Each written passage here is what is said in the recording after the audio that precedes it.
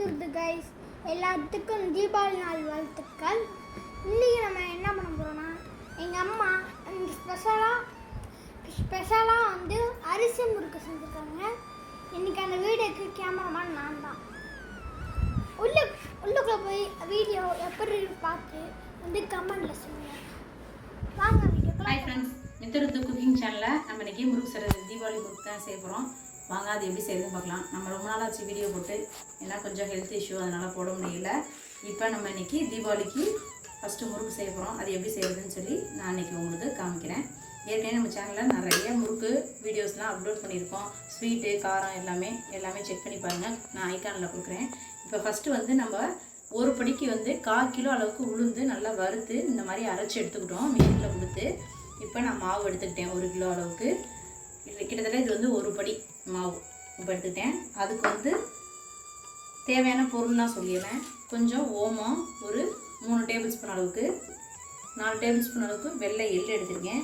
கூடவே 100 கிராம் அளவுக்கு வெண்ணெய் எடுத்திருக்கேன். உப்பு, பெருங்காயத்தூள், கருப்பு எள்ளு, கொஞ்சம் கருப்பு எள்ளு எடுத்திருக்கேன். இப்போ நம்ம ஒரு 1.5 லிட்டர் அளவுக்கு எண்ணெய் வந்து கடாயில் ஊற்றி வச்சுருக்கோம். இப்போ நான் வந்து இந்த மாதிரி நைஸ் கண்ணில் தான் எடுத்து முறுக்கு சொல்ல போகிறோம். இப்போ முறுக்குலாம் எல்லாமே ரெடி ஆகிடுச்சு. இப்போ இருங்க, மாவு பிசையெல்லாம் மாற்றி வச்சிங்க. இப்படி வச்சுக்கிட்டோம்னா தான் நம்ம கைக்கு மாவு பிசைகிறதுக்கு ஈஸியாக இருக்கும்ப்பா. அதுக்காண்டி தான் மாற்றி வச்சுக்கிட்டேன்.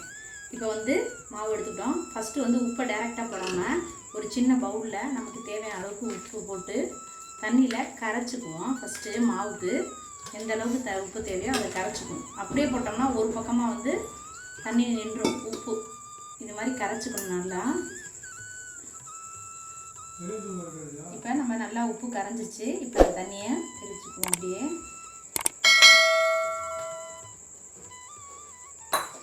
இது கூடவே நம்ம எடுத்து வச்சுருக்க கருப்பு எள்ளு 3 டேபிள் ஸ்பூன் அளவுக்கு எடுத்துருக்கேன். அதையும் அது கூட போட்டுக்குவோம்.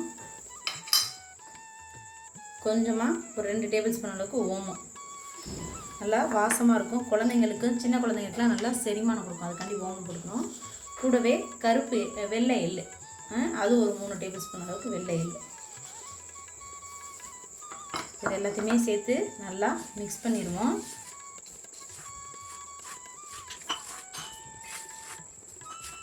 இப்போ அது கூடவே நம்ம எடுத்து வச்சுருக்கோம் பார்த்தீங்களா வெண்ணெய், அதையும் அதோடு சேர்த்து நல்லா மாவை ஃபஸ்ட்டு பிசைஞ்சுக்குவோம்.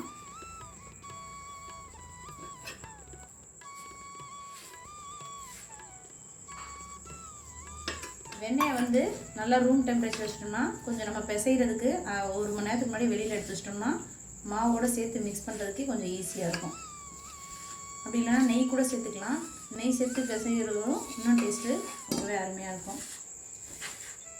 இப்போ வெண்ணெய் வந்து எல்லாத்துலேயுமே மாவில் மிக்ஸ் ஆகிற மாதிரி நல்லா பிசைஞ்சாச்சு. இப்போ பிசைஞ்சிட்டு நம்ம வெண்ணெயோடு சேர்த்துட்டு மாவை இந்த மாதிரி பிடிச்சிப்போம். அப்படி நின்றுச்சுன்னா நமக்கு மாவு நல்லா கரெக்டான பக்குவத்தில் இருக்குது. இப்போ நம்ம வந்து பெருங்காயத்தையும் அதே மாதிரி டைரெக்டாக போடாமல் நான் 1 டேபிள் ஸ்பூன் அளவுக்கு இந்த மாதிரி தண்ணியில் நல்லா கரைச்சிக்குவோம். பெருங்காயம் நல்லா கட்டி பெருங்காயம் தான்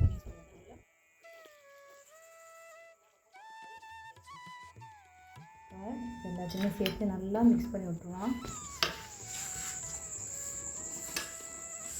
நமக்கு எந்த அளவுக்கு தண்ணி தேவையோ அந்தளவுக்கு கொஞ்சம் கொஞ்சமாக தண்ணி தெளித்து மாவை பிசைய வேண்டியதான்.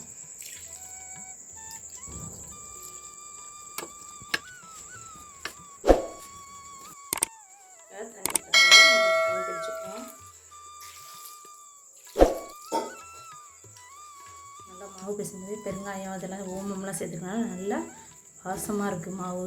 அம்மா என்ன தெரியுமா, பைப் தண்ணியே ஃபில்டர் தண்ணியாம்மா? ஃபில்டர் தண்ணி தான்ப்பா. ஏன் இல்லை கேட்டோம்மா.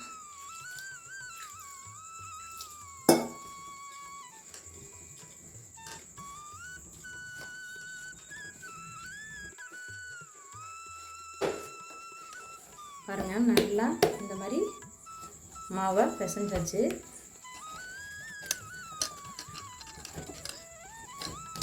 கொஞ்சம் கூட கையில் விட்டுல.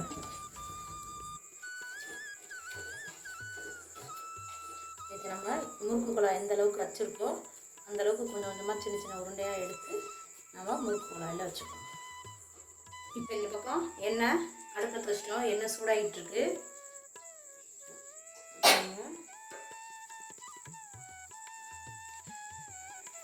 இந்த பக்கம் நம்ம முறுக்கு கடாயில் தேவையான அளவு மாவு வச்சுட்டு அழுத்திக்கோங்க. இப்போ புளிஞ்சு காமிக்கிறேன் பாருங்கள்.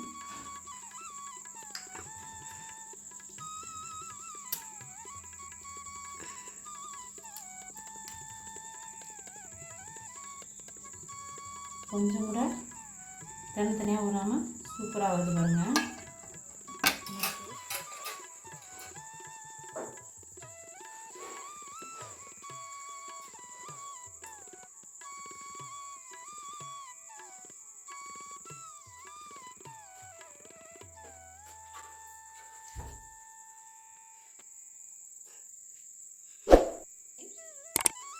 இப்போ எண்ணெய் நல்லா சூடாயிடுச்சு. நம்ம புளிஞ்சு வச்சுருக்கோம் முறுக்கு ஒன்று ஒன்றா போட்டுக்கலாம்.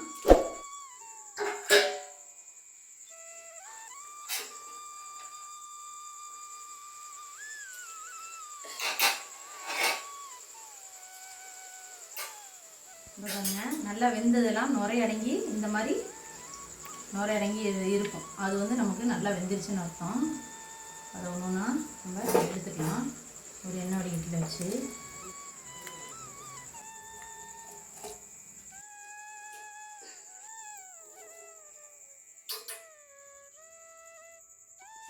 அவ்வளோதான் ஃப்ரெண்ட்ஸ். நம்ம முறுக்கு இப்போ எல்லாமே சுட்டு முடிச்சாச்சு.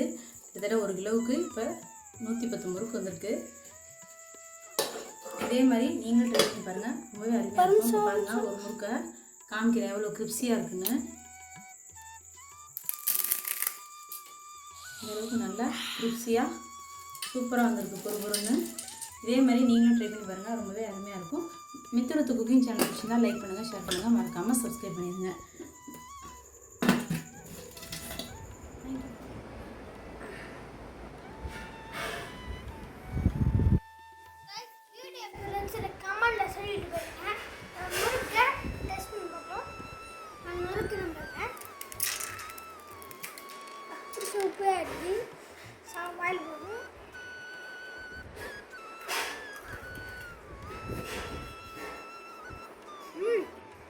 நல்லா வெந்து முழுமுழுன்னு இருக்கு. இந்த மாதிரி நீங்கள் வீட்டில் செய்வீங்க. ரொம்ப செம்மையாக இருக்கு. மித்ருத்து குக்கிங் சேனல் சப்ஸ்கிரைப் பண்ணுங்க, லைக் பண்ணுங்க, ஷேர் பண்ணுங்க. அதோட பெல் ஐக்கன் தட்டி விடுவீங்க. தட்டிடாமல் நீங்கள் போகிற வீடியோலாம் வரணும்னு சொல்லக்கூடாது. தேங்க்யூ ஃபார் வாட்சிங்.